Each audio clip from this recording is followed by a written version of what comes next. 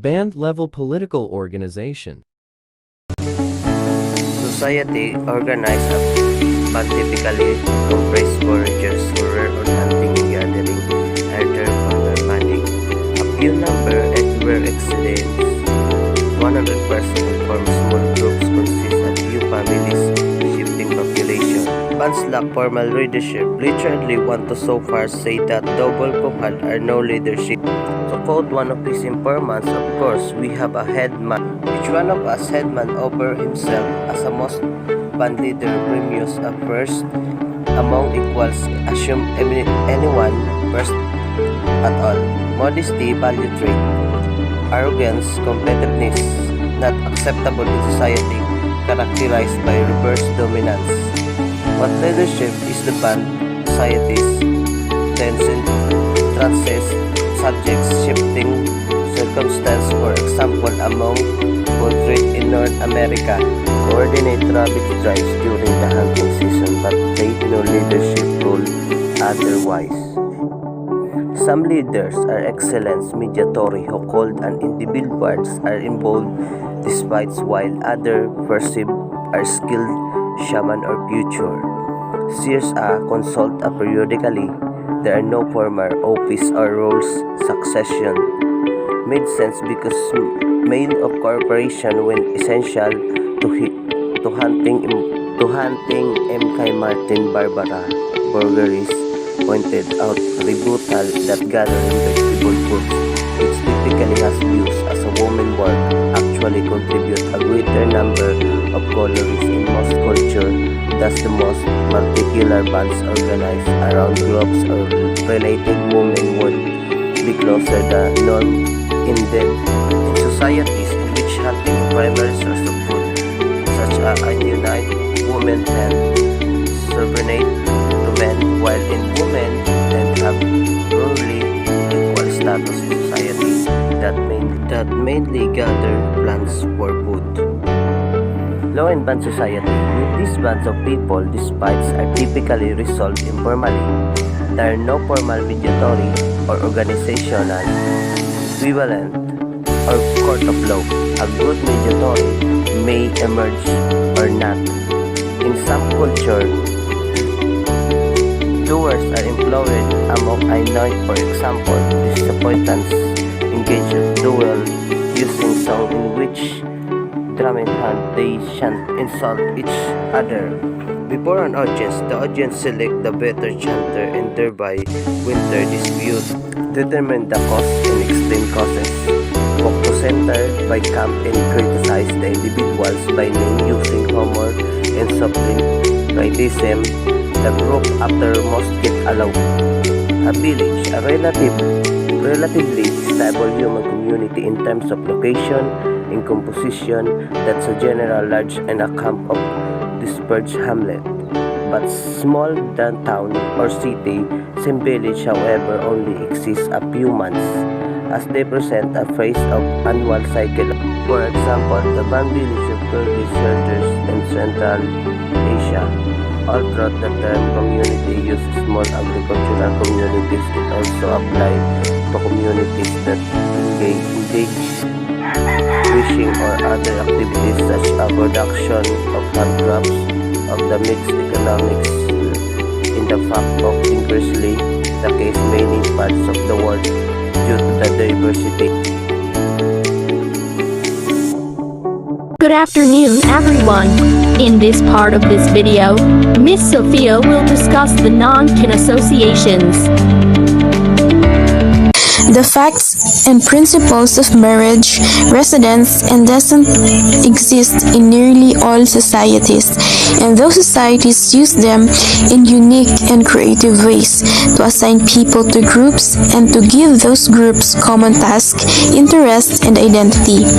We might think that this would be enough structure for a society, but even in the smallest societies, other groupings are created too. 3 reasons reasons for non-kinship-based corporate groups.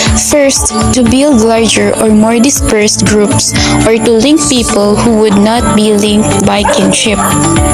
Second, to prevent fragmentation of society into exclusive and even hostile kin groups.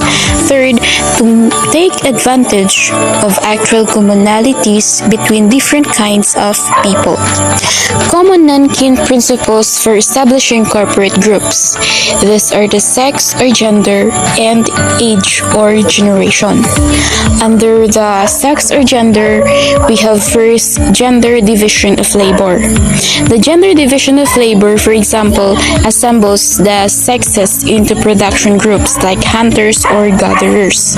Among the Abkhazians or Georgia, a country in the Caucasus and formerly part of the Soviet Union, local men gathered in voluntary work cooperatives or kiaris to tend each other's fields in order need. Each task that the kiaris performed had a name and a song, and the group would divide into teams to compete in races and contests during work breaks. Also, if it passed a window's then, it would tend to her fields for her. Finally, the group also functioned as a militia and as a law court with powers to confiscate the property or even assign the death penalty. Third is the Sambia or Marudusu men's houses. Among the Marudusu of Amazona, the men's house or exile was the residence of all males above about 13 years of age, and the home of the karoko or sacred flutes, which no woman dared touch on pain of rape. Fourth is the Chiyin military clubs. The Chiyin offered an assortment of military associations for men. In the early 19th century, there were leave-named associations, facts, elk, shield dog, and bowstring or contrary, with two more added later, wolf and crazy dogs. Young males were free to join any of the groups which were not formally stratified. Each group was essentially a private army with its own symbols, dances, songs, history, and international organization. They could in fact conduct private raids and wars or act together as tribal police force and army. Another common non-kin principles for establishing corporate groups is the age or generation. Under the age or generation, first is the age-specific rules and styles. In non-kin associations from males, roughly age 8 to 17 is called lijaha or libungo, while from females, the categories are different again and more articulate, with age 8 to 15 dubbed lichichin, 15 to 17 lichikiza, 17 to 21 inkugse, 21 to 24 makuti or umlubo kati, and 24 to 25 umfati. Second, formal age grade system, where boys might be assigned in their early childhood to an age set along with their age mates. At a certain age, depending on the society, they move together as a group into the next stage or grade of life, sometimes given new labors to perform, new tools to use, and even new names. And lastly, under the age or generation is the assignment of children to distinct grades. The transition between grades might be ritualized, especially the transition to the grade of adult, which was often the grade of warriors. Warfare among hunters and gatherers. Hunter-gatherers has become the commonly used term for people who depend largely on food collection or foraging for wild resources. Foraged wild resources are obtained by a variety of methods, including gathering plants, collecting shellfish or other small fauna, hunting, scavenging, and fishing. Unfortunately, the common term hunter-gatherers overrates the importance of hunting, downplays gathering, and ignores fishing. Yet, In one cross-cultural sample of hunter-gatherers-foragers, fishing appeared to be the most important activity in 38% of the societies. Gathering was next at 30%. And hunting was the least important at 25%. Ember 1978. So, if we were being fair, such societies should be called fisher-gatherer-hunters, or, more simply, foragers. But because the term hunter-gatherers is so widely used, we will use it here. Warfare. Hunter-gatherers with higher population densities have more warfare than those with lower population densities. Similarly, more complex hunter-gatherer societies have more warfare than simpler hunter-gatherers. Hunter-gatherers with a high dependence on fishing are more likely to have internal warfare than external warfare. Ember 1975. Among foragers, as in other societies, patrilical residence is predicted by internal within-society warfare or a high male contribution to subsistence.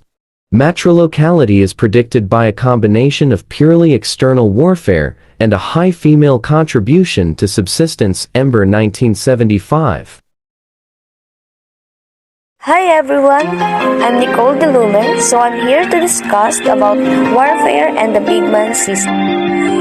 Warfare and the big man system are tactical system and tactical mission support systems, such as sensors, weapon, command and control, navigation, aviation support system, and also mission planning, intelligence, surveillance, and reconnaissance, interior and exterior communications, topside design, and warfare system network, and may be found on naval vessels, military aircraft, and other military hardware. Next is military use. Next is electronic warfare, which is any action involving the use of electromagnetic spectrum and EM spectrum. It is directive energy to control the spectrum, attack on enemy, or impede enemy assault. EW. It can be applied from air, sea, land, and or space by a manned and unmanned system, and can target communications, radar, or other military and civilian assets. Next is the big man system. A big man is a highly influential individual in a tribe, especially in Melanesia and Polynesia. Such as a person may not have formal tribal or other authority, and also a big man. The prototypical Melanesian's leader is a key figure in the ethnography of Melanesia. The American anthropology Marshall Salins has studied the big man phenomenon on 1962. Salins uses analytically constructed ideal types of hierarchy and equality to compare a larger scale Polynesian type hierarchical society of chiefs and sub-chiefs with a Melanesian type big man system. Melanesia. The region includes the four independent countries of Fiji, Vanuatu, the Solomon Islands, and the Papua New Guinea. It also includes the French colonial collectivity of New Caledonia and parts of Indonesia, notable the provinces of Papua and West Papua. The name Melanesia in French, Mélanèse, was first used in 1832 by French navigator Jules Domon.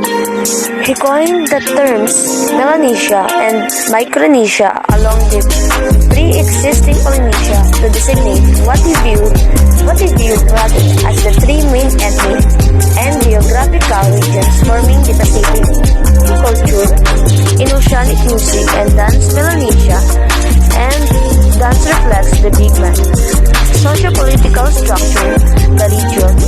The leader or the big man in many Melanesian societies is often a self.